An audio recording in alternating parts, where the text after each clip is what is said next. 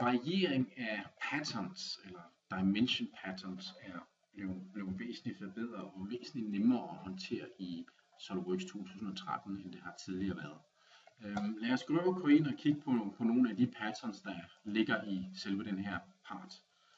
Jeg prøver at editere denne her del og slå den over i Full Preview, så vi her kunne se, at udover at jeg har styret retningen af dem, så er størrelsen af dem varierende. Og det er en af de ting, jeg nu ganske nemt kan gøre ved at klikke på selve det mål.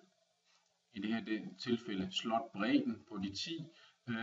Ved at klikke på den og så sige, for hver gang du laver et nyt, skal du øge størrelsen med 10 mm. Det andet jeg har, det her nede, det er afstanden. Det er opad mit pattern, og så siger jeg, at den skal springe med 40 og increase op til, heroppe, det vil sige 40, 80 og så videre derhen af. Så spacingen den altid varierer i forhold til.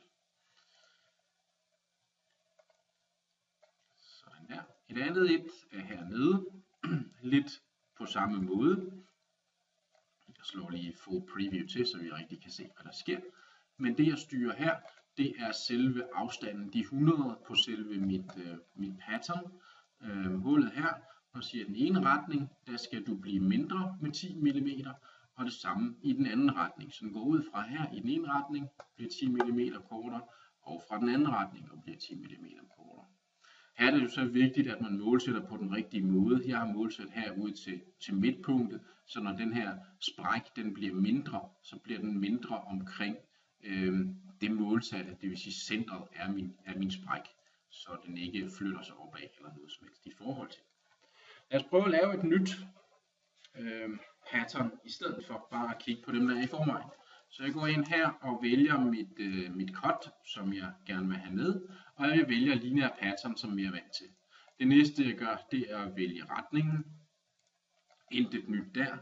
Afstanden på, hvor stor skal afstanden mellem delene være i forhold til. I det her tilfælde skal jeg have en afstand på 30, og der skal være 5 af dem. Sådan der. Intet nyt der i forhold til, hvad vi har haft førhen. Det der er nyt, det er, at jeg her nu har den her instance to vary, jeg kan tænde for og gå ned i den. Og det første, jeg gerne vil have, det er, at selve afstanden springer med 7 mm, så jeg dermed får en ændret afstand, som bliver 7 mm lagt på hele tiden. Så det er 7 her, 14, 21 og så videre derudad. Så den altid bliver øget, den her spacing. Og så vil jeg gerne have styret selve størrelsen på selve min spræk, min slot her. Og det eneste, jeg gerne vil styre, det er både bredden eller højden på den, og jeg vil gerne styre bredden også. Og det gør jeg ved at klikke hernede, og så vælge det, jeg gerne vil styre. Nu skal jeg se, om jeg kan få lov til at fange det der. Sådan der fik jeg den med. Den der med også. Og det vil sige, at jeg nu har mulighed for at sige, at den her den skal variere, den skal blive bredere eller tykkere med 4 mm. Og i længden skal den øges med 40. Og det eneste I skal passe på med her, det er når I indtaster, at enheden, at I får slettet det hele, eller får bibeholdt det hele. Jeg havde en overgang, hvor jeg kom til at skrive 4 meter, så virker det ikke, kan jeg fortælle jer. Så jeg får mine sprækker her, og I kan også se, at den ene af dem, den går ud over. Det gør ikke ret meget. Jeg vil selvfølgelig bare få det til at gå ud her. Men det jeg kan gøre på den, for at få den på plads igen, det er faktisk at klikke på den her lille prik. Førhen har man brugt den her prik til instance to skip, det kan den stadigvæk.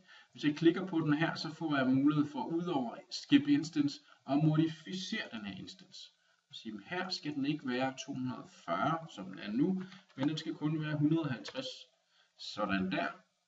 Får lavet min feature, og whoopty har jeg fået lavet et pænt pattern, hvor jeg varierer både afstanden, bredden og længden på selve min udsparing her.